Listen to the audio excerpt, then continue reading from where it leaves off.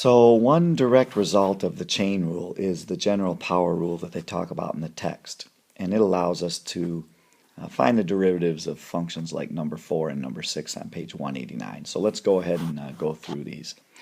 For number 4, I'm going to go ahead and use the u substitution that we've used on other examples. And this function here in red is plugged into another function. So I'm going to call that u.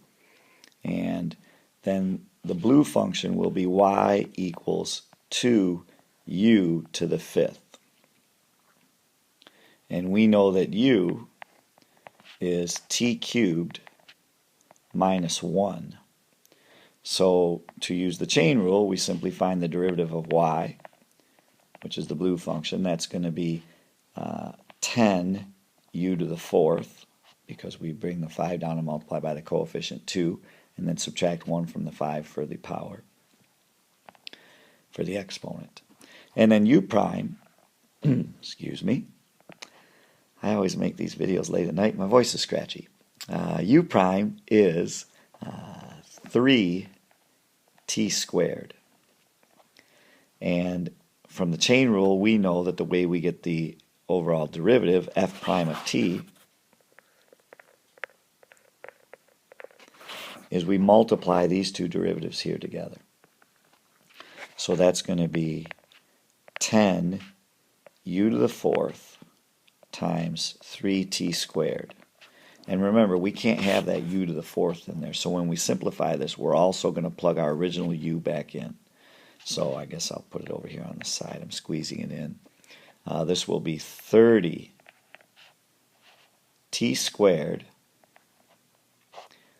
times u, which is t cubed minus 1 to the 4th. And this is how we would write this derivative, right down here in the lower right. 30t squared times the quantity t cubed minus 1 to the 4th power. I'm going to go ahead and show you number 6, and I'll do it a slightly different way, which I think is a little easier when you after you've practiced it. So here we have number 6, and typically how I do these problems, and a lot of people do, is we don't take the time to write down the u function. We sort of do that in line. So the way I attack this problem is I start with the 4, and the general power rule is you take that 4 and you bring it down here. We're going to multiply it by 3, and we're going to get a 12. So when I'm working on f prime of x, I would write down 12. And then I'm going to reduce that 4 down to a 3. So I subtract 1 from it. And I rewrite the function exactly the way it appears. That's my u. So I have 12u cubed. Now the chain rule works like this. I still have to multiply by the derivative of u. And the derivative of the inside is 3x squared minus x. And this is the thing that everybody forgets when they do the chain rule. I can't stress this enough. The chain rule is a huge deal. You bring the 4 down, multiply by the 3 to get the 12. You reduce the exponent on the 3. Everybody gets that right.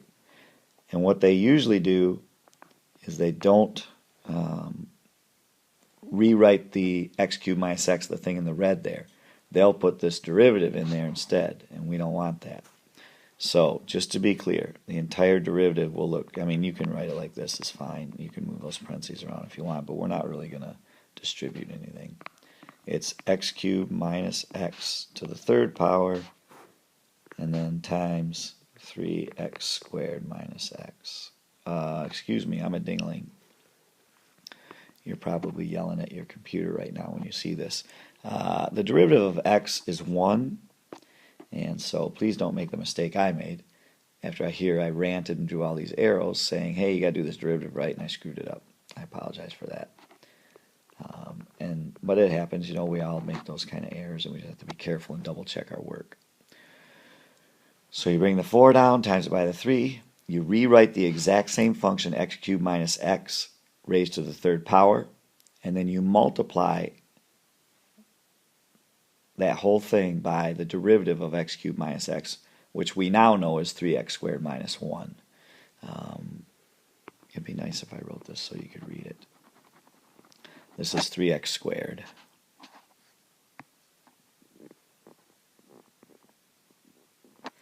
Slightly better. So those are two quick examples of the general power rule, which is just an extension or a rebranding of the chain rule. Let me know if that helped. Take care.